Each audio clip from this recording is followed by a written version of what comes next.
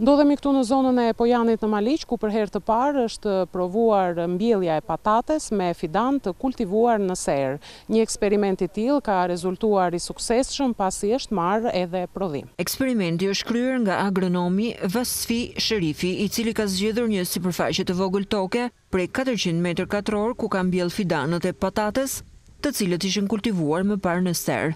Agronomi na ka treguar se metoda do të përdoret edhe vitin e ardhshëm dhe patatet do të mbillen pasi kanë sythat e nevojshëm. Siç e shikoni, morëm këtë prodhim, i cili nuk arriti që të piqej plotësisht për një arsye se nga fundi i muajit gusht rënë një bresh shumë i fuqishëm dhe kështu që e dëmtoi shumë nga ana vegetative. Këto tubera patate kanë sythat e nevojshëm për të rimbjellë në pranverë. Dhe unë këtë do ta provoj. Kjo mënyrë kultivimi e patates mund të jetë efektive për fermerët e vegjël, të cilët mbjellin sipërfaqe të vogla dhe njëkohësisht ndihmon pasi mund të kryhet edhe më vonë se zakonisht. Mund të mbjellet gjatë muajve kur rreshjet e motit nuk janë aq tekanjoze sa që janë kushtet klimaterike në muajin prill, që mbjellet më së shumti patatja këtu tek neve.